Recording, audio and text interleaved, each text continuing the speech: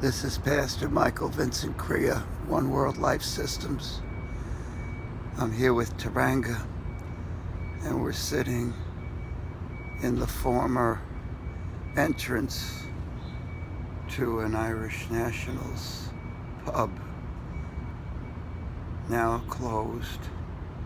Had hoped to see him. I believe he's being driven out by the current hate administration.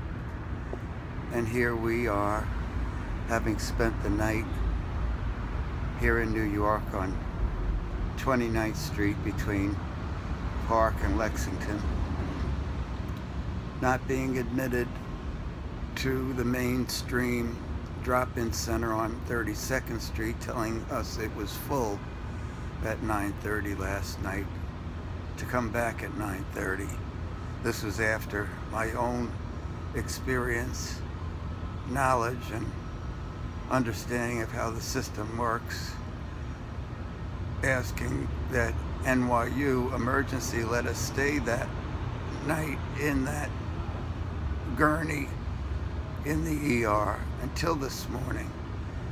But they said there was no medical need, even having a blood clot in my left leg and starting pharmaceutical treatment.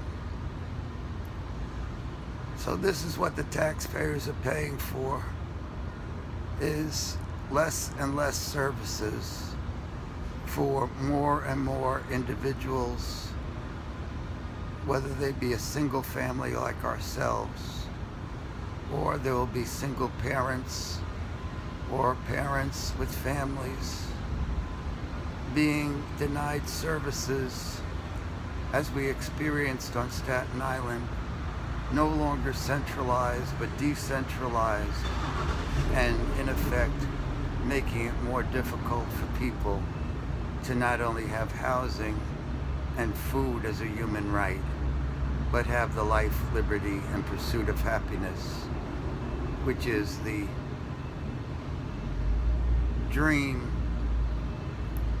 of a nightmare now upon not only ourselves, but never was for so many, and never will be until those who do accept and receive our power through our own participation in a democratic republic per se,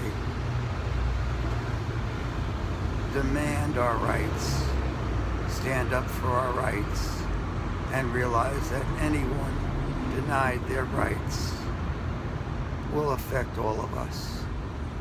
As I've said since the 50th anniversary, since Brown v. Board of Education, no representation without equalization. We need not have a Nuremberg after the fact.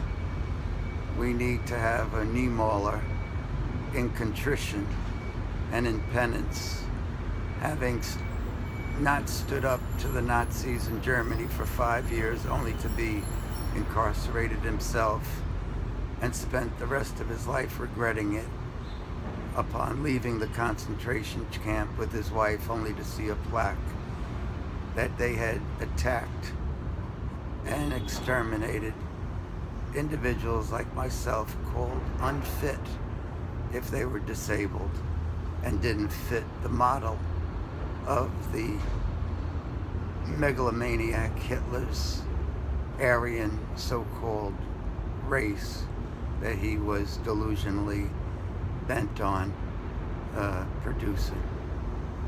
We have it now in Donald Trump, but he's only the rotten fruit.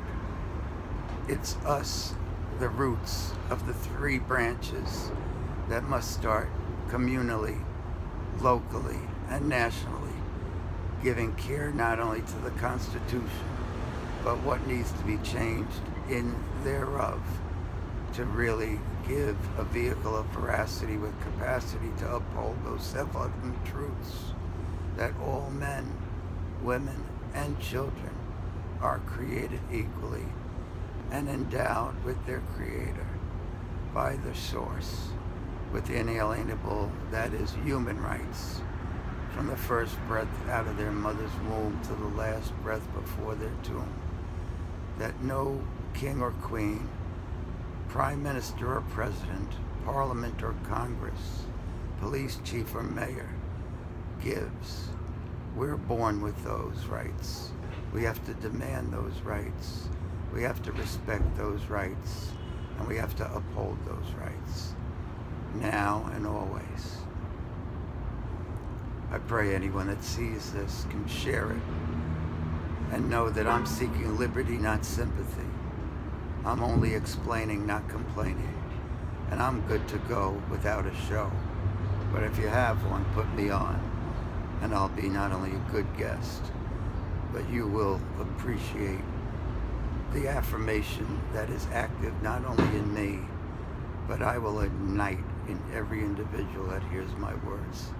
Please God, as a servant of humanity, one world life systems, serving one love and developing one world for the common good of humanity.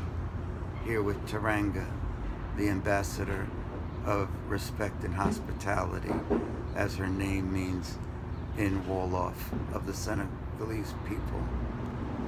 And I pray that I can get back to my projects in Senegal, in other parts of Africa, including with the Rwandan refugees, and down to South Africa this year, or in the months ahead.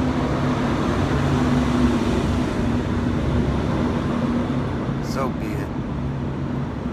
Blessings to all.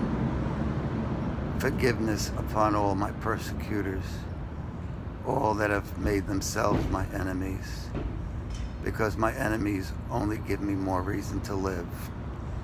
And now is another day.